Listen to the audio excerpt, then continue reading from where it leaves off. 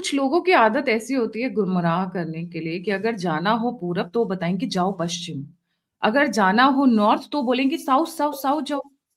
कि राहुल इतना सब कुछ एक बुक जो कि प्रिंट नहीं हुई जिसको नरवाने ने कंफर्म नहीं किया एक्स चीफ जो थे, अचानक से ऐसा क्यों कर रहे हैं? क्या छुपाने की कोशिश कर रहे हैं या मिस डायरेक्ट या डिफ्लेक्ट करने की कोशिश कर रहे हैं? चाइना का पब्लिक रिलेशंस इंप्रूव करने की कोशिश कर रहे हैं क्योंकि वो जितनी भी बातें कर रहे हैं उससे फायदा होता है चाइना को। किसके बिहाफ पे और किसके बिहेस्ट पे कर रहे हैं? वैसे आज तक वो एमओयू की सीक्रेट्स निकल कर नहीं आए ना, आई एम श्योर उसमें कुछ धमाकेदारी होंगी तभी इतना डर कर बैठे हुए हैं कि पूरी दुनिया पार्लियामेंट तक में उठा चुकी बात है, वो कभी भनक भी नहीं लगने देते हैं। By the way Gandhi family पे 13 बुक्स है। इन्होंने एक बुक का जिक्र किया हुआ है। 13 बुक्स हैं जो उनके रंगीन हसीन सपनों से लेके, चाहे वो अभी कल बहुत सारी चीजें पार्लियामेंट में भी हुई, चाहे वो नेहरू के 2 बजे के रात के लव लेटर्स हो माउंट बैटन को, लेडी माउंट बैटन को, जहां पर वो देश बेच आए, टिल कमिंग इंदिरा गांधी। और जब समय आएगा आई एम श्योर राहुल और प्रियंका का भी लिखा ही जाएगा, चाहे वो नेशनल सिक्योरिटी से रिलेटेड हो या उनकी पर्सनल लाइफ के रंगीन हसीन सपने हो। भारत ने एक बहुत बड़ी जीत हासिल की है जिसको छुपाने के लिए और चाइना के मरहम पर घाव लगाने के लिए पूरा डिफ्लेक्शन का गेम खेला जा रहा है। हमारे साथ जुड़े हुए हैं Girdhar Mamdi sir. Sir very warm welcome on the show. नमस्ते गायत्री जी, आपको, आपके दर्शकों सबको मेरा प्रणाम, नमस्कार। जय श्री राम, हर हर महादेव, जय श्री कृष्ण। जी सर, ये क्या चीज है जिसको छुपा कर वो कुछ और दिखाने की कोशिश कर रहे हैं, उल्टा चलने की कोशिश कर रहे हैं? जी, इसमें कोई दो राय नहीं है कि कांग्रेस और स्पेशली राहुल गांधी जो है वो चाइना का एक कठपुतली है। वो जैसे आपने जिक्र किया है, जो एमओयू दोनों के बीच में साइन हुआ था वो आज तक खुलासा नहीं हुआ है। किस बेसिस पर ये एमओयू हुआ है, क्या क्या किस किन मुद्दों पर दोनों मिलकर चलने का वादा किया है, ये किसी को बताया नहीं आज तक। मगर राहुल गांधी की रवैया आप आप थोड़ा पीछे जाके देखेंगे, हर चीज पे चाइना की मदद करता था वो। चाइना को गाली देने वाली चीज ऐसे दिखा दिखा के भी चाइना को गाली नहीं दे रहा था। वो मोदी जी को और भारत को नीचा दिखाने का कोशिश बहुत किया है। चाहे वो यांगसे क्लैश हो, जहां हमारी अरुणाचल प्रदेश में यांगसे में चाइनीज की कुछ टुकड़े घुस के आने का कोशिश किए थे, हमारी सेना ने उसको मुंह तोड़ जवाब दिया। शायद 2-3 लोग मर भी गए उसमें, कुछ लोगों को बंदी भी बना लिया हमने, और व्हाइट फ्लैग लगा के वो आए थे हमारे पास, तो हमने उसको वापस कर दिया। मगर राहुल गांधी ये बोलना शुरू कर दिया कि हमारी सेना को पीट रही है पीएलए। मतलब हारे थे वो, मगर राहुल गांधी दिखा रहे थे हम हार गए। और अपना दादा परदादा नेहरू ने 1962 में जिन जिन इलाकों को चाइना का हवाले कर दिया, और पार्लियामेंट में ये कह रहा है कि वहां घास भी नहीं उगता है, तो उससे लेना क्या, आपको क्या लेना देना। ये वाला नेहरू का खानदान की औलाद आप अब कह रहा है कि मोदी जी के कालखंड में हमने हजारों मील हमने चाइना को दे दिया है, गवा बैठे हैं। अब इसकी सच्चाई, सत्य क्या है, इसके पीछे क्या है, वो हम दिखाने की कोशिश करते हैं। वो पैंगोंग सो लेक का मैंने आपको एक फोटो भेजा था, वो दिखाइए 1 मिनट। ये पैंगोंग सो लेक है। इसमें देखिए आप LAC with in brackets India दिखा रहा है ना। तो ये क्या हो गया, इधर फिंगर्स है, फिंगर 1 2 3 4 5 6 7 8, 8 फिंगर्स हैं इसमें।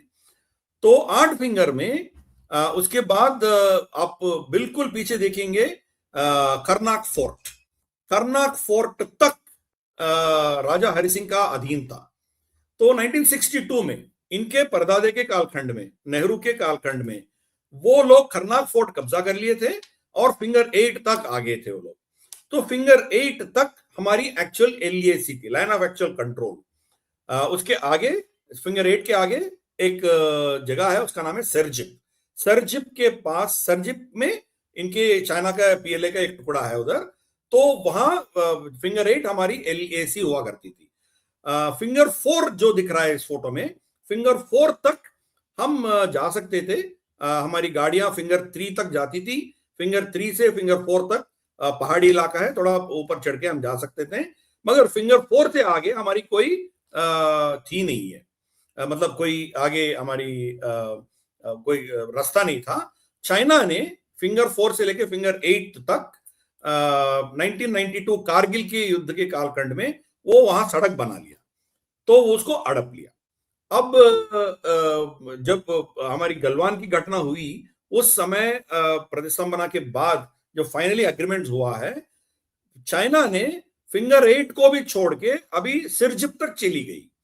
हमारी सेना अब आज के दिन में फिंगर 8 तक हम पेट्रोलिंग कर पा रहे हैं, यह समझनी चाहिए हमें।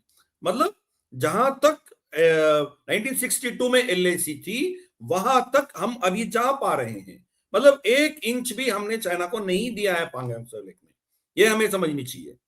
1 इंच भी नहीं दिया। और फिंगर 4 और फिंगर 5 के बीच में वहां जमीन पे वो चाइना का एक बहुत बड़ा मैप बनाया था वहां नदी के किनारे पे, ताकि सैटेलाइट से हम देख सकते थे कि यहाँ चाइना का इलाका है, चाइना का मैप है। मगर हमारी एग्रीमेंट होने के बाद वो पूरा मैप को मिटा के, जितने भी उनके बंकर्स थे उसको निकाल के, फिंगर 8 से आगे सिरजिप तक ये लोग चले गए चाइना। मतलब हमारी पेट्रोलिंग अभी चल रही है फिंगर 8 तक। हाँ, चाइना का पेट्रोलिंग भी फिंगर 4 तक आती है, ये मतलब सालों से चली आ रही है, 1962 से चली आ रही है। हम फिंगर 8 तक जाते हैं, वो फिंगर 4 तक आते हैं। मगर पहला गलवान के समय वो पूरा कब्जा कर लिया था, हम छुड़वा लिया है।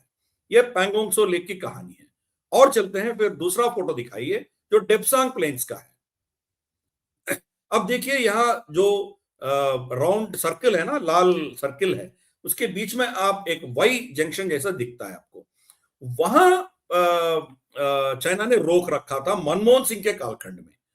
तो इससे आगे हमारी सेना जाती थी, जो पीपी 10, 11, 11A 12 लिखा है ना, वो पेट्रोलिंग पॉइंट, पीपी मतलब patrolling point, patrolling point 10, 11, 11A, ये सब जो है राख की नाली के बगल से हम जाते थे, हम वहां पेट्रोलिंग करके आते थे। तो मनमोहन सिंह के कालखंड में ये लोग आके यहाँ वाई जंक्शन पे अपना सेना रख दिया, और हम ये पूरे हमारे जो पेट्रोलिंग पॉइंट्स थे वो हम खोए थे परमानेंटली। बहुत से लोग समझ रहे थे कि ये परमानेंटली खोए थे हम, और ये वापस आने वाला नहीं है, क्योंकि चाइना का उनका रवैया ऐसा है, एक बार किसी चीज को पकड़ती है, कब्जा कर लेती है, कभी वापस नहीं देती है, नहीं करती है। तो इसके चलते हुए सब लोग ये समझ बैठे थे। बाद में जब गलवान की घटना हुई, जब डिस्कशंस हुए, इतने राउंड्स ऑफ नेगोशिएशंस हुए, उसमें चाइना जो गलवान की घटना के जितने भी इलाके हैं उनमें अग्रीमेंट के लिए तैयार थे, इंक्लूडिंग पैंगोंग त्सो लेक। मगर जो पुरानी बातें हैं, जो मनमोहन सिंह की कालखंड की बातें हैं, उनको मतलब डिस्कस करने के लिए तैयार नहीं थे वो। मगर सरकार ने इंसिस्ट किया, दोनों ये चीज, और एक और लद्दाख में, साउथ लद्दाख में एक है, मैं आपको मैप नहीं भेजा, मैं डेमचोक एरिया, डेमचोक एरिया और डेप्सांग प्लेन्स, ये दोनों के बारे में भी हमने बोला है कि हम डिस्कस करेंगे। भले ही वो गलवान घटना से सीधा संबंध ना हो, पुरानी चीजें हो, फिर भी हम उसके बारे में डिस्कस करेंगे, तभी हमारी एग्रीमेंट होगी, नहीं तो नहीं होगी। तो मनमोहन सिंह के कालखंड में जो जो इलाके हमारी पेट्रोलिंग से वंचित किया गया, हमें काट दी गई, मोदी सरकार ने उसको दोबारा कायम किया है। अभी पेट्रोलिंग पॉइंट 10, 11, 11 में हमारी सेना जा रही है। 972 स्क्वायर किलोमीटर्स की जो जमीन हमने, सब लोग कह रहे थे कि हमने खोया है, फिर वापस हमारे पास आ गई है। तो मिस्टर राहुल गांधी क्या बकते जा रहा है, आप समझ सकते हो कितना गलत इंफॉर्मेशन, फेक नैरेटिव ये चलाने की कोशिश कर रहा है। एक ऑपोजिशन पार्टी के होने के नाते सरकार को घेरने की काम कर रहा है, ऐसा सबको लगता है। मोदी जी को नीचे दिखाने का कोशिश कर रहा है, ऑपोजिशन लीडर है, उनका काम यही है, ऐसा हम सोच सकते हैं। मगर फायदा किसको पहुंचा रहा है? शी जिनपिंग को और चाइना को पहुंचा रहा है। क्यों पहुंचा रहा है? आज चाइना बहुत अस्थिर है, वहां हो क्या रहा है किसी को समझ में नहीं आ रहा है। वो जांग यू जिया को निकाल दिया, फिर पीएलए का सेना उनके कमांड में नहीं है, कोई उनके बात सुन नहीं रहे हैं। हर दिन दिन ब दिन बीजिंग के इर्द गिर्द में बहुत से सैनिक के टुकड़ा आके वहां खड़ा हो रहा है। पता नहीं वो क्या होगा, कल क्या होगा, परसों क्या होगा, कोई कह नहीं सकते हैं। तो जब अंदर में उनकी वहां वाट लगी पड़ी हुई है, तो उनकी कठपुतली यहाँ मिस्टर राहुल गांधी को इस्तेमाल करके पार्लियामेंट को मतलब पार्लियामेंट में इतना हंगामा खड़ा करके ये सब चीज फेक नैरेटिव सामने लाने का कोशिश किया है। मैंने आपको दोनों मैप दिखाया, दोनों मैप में आप समझिए एक फिंगर 8 पैंगोंग त्सो लेक में जो 1962 से जो एलईएसी हम दोनों मानते हैं वहां तक हमारी हक अभी है, वापस हमने ले लिया। दूसरा डेप्सांग प्लेन्स में जो वाई जंक्शन है, वाई जंक्शन से आगे हम जा नहीं पा रहे थे, मनमोहन के कालखंड में 25 किलोमीटर घुस के आ गए थे और पूरे पेट्रोलिंग पॉइंट्स हमारे लिए अभी एक्सेस हो गया है। तो क्या खोया आप बताइए। बाकी अरुणाचल प्रदेश में एक पॉइंट दिखाते हैं लोग, इनके जो थिंक टैंक्स हैं, इनके समर्थन में खड़े होने वाले बहुत से जो सो कॉल्ड डिफेंस एनालिस्ट हैं, वहां भी एक गांव दिखाते हैं, चाइना वहां गांव बना रहा है। भाई वो 1962 में हमने खोए थे, वो इंटरनेशनल बॉर्डर है, उसके अंदर है, मगर वो हमारी एलएसी के आगे है। इंटरनेशनल बॉर्डर अलग है और एलएसी अलग है। जैसे मैंने आपको पैंगोंग त्सो में लेक में दिखाया आपको, अब दोबारा वो मैप लगाइए पैंगोंग त्सो लेक का, उसमें आप देख सकते हैं, इसमें ये नहीं, वो दूसरा वाला पैंगोंग त्सो लेक का।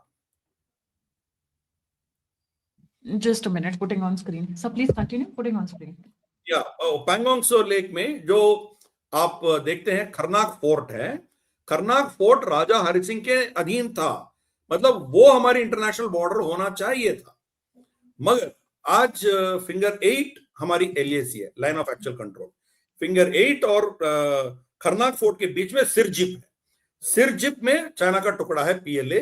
1962 में ये लोग फिंगर 8 तक कब्जा किया था। दूसरा वाला, हाँ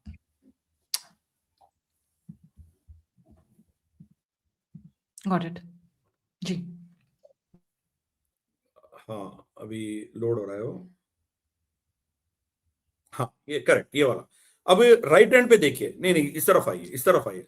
हाँ खरनाक फोर्ट दिख रहा है आपको उधर ऊपर, खरनाक फोर्ट। तो वो वाला खरनाक फोर्ट जो है वो महाराजा हरि सिंह के अधीन, करेक्ट, वो उनके अधीन था। That is our international border. मगर थोड़ा इस तरफ आइए, बाजू इस तरफ, अदर साइड, नहीं फिंगर 8 तक आइए। हाँ इधर आप देख सकते हैं कि वहां पैंगोंग त्सो लेक में एक छोटा सा शोर जैसा है, देखिए फिंगर 8 के बाद, फिंगर 8 और करना के बीच में आप इंडिया के ऊपर, एलएसी इंडिया है, इंडिया के ऊपर एक शोर जैसा आपको दिखता है, वहां करना, वहां इनके सिरजिप फोर्ट है। तो सिरजिप फोर्ट में चाइना का टुकड़ी है और फिंगर 8 तक एलएसी हम सब मान के चलते हैं। चाइना फिंगर 4 मानती है, हम फिंगर 8 मानते हैं, फिंगर 8 तक हम जा पा रहे हैं। तो इंटरनेशनल बॉर्डर खरनाक फोर्ट है, मगर एलएसी फिंगर 8 है। वही चीज अब इसको निकाल सकते हैं। वही चीज आप अरुणाचल में भी यही सिचुएशन है। जो गांव चाइना ने बनाया है वो इंटरनेशनल बॉर्डर के आगे, जो इलाका हम कहते हैं कि हमारी इलाका है, वहां बनाया है, मगर एलएसी जो है लाइन ऑफ एक्चुअल कंट्रोल उससे भी नीचे है। एलएसी कब बनी है? 1962 में, नेहरू के कालखंड में। मोदी जी के कालखंड में वो गया नहीं है, फिर भी उनको मोदी जी के अकाउंट में डालने का कोशिश ये लोग करते हैं, मगर घुमा फिरा के सब कहते हैं, क्योंकि लोगों को पता नहीं है, वहां के मैप कोई देखा ही नहीं है। वहां मैप ऐसा है, लाइन ऑफ एक्चुअल कंट्रोल में कोई फेंसिंग नहीं रहता है, कोई ये नहीं कहता कि ये मेरा है वो तुम्हारा है। जैसे मैंने कहा, फिंगर 8 तक हम जाते हैं, फिंगर 4 तक वो भी आते हैं, दोनों का क्लेम है। कोई कभी कभी बीच में झड़प होती है, मगर दोनों जाते रहते हैं, तो दोनों का क्लेम्स कायम है। तो कौन सी आपकी कौन सी उनकी, ये बोलना बहुत मुश्किल है। कोई पत्थर है, कोई पेड़ है, कोई पहाड़ है, या कोई भी जो भी है, वो मार्कर होती है। उधर कहीं मार्कर भी नहीं होता है, तो एक नाला होता है, नाला का टर्निंग होता है, कोई कभी मौसम बदलने के बाद उसका डायरेक्शन भी चेंज हो जाता है, इसीलिए उसको मैप करना बहुत मुश्किल है। तो परसेप्शन अलग अलग होती है। हमारी जमीन वो नहीं अड़पता है, वो अड़प लिया ऐसा बोलना, या उनकी जमीन हमने ले लिया, ये दोनों परसेप्शन है। मगर जो पहले 1962 से हम पेट्रोलिंग करते थे ना, वो पेट्रोलिंग पॉइंट्स इंपॉर्टेंट है, और पेट्रोलिंग पॉइंट्स पूरे हम दोबारा कायम कर लिया है।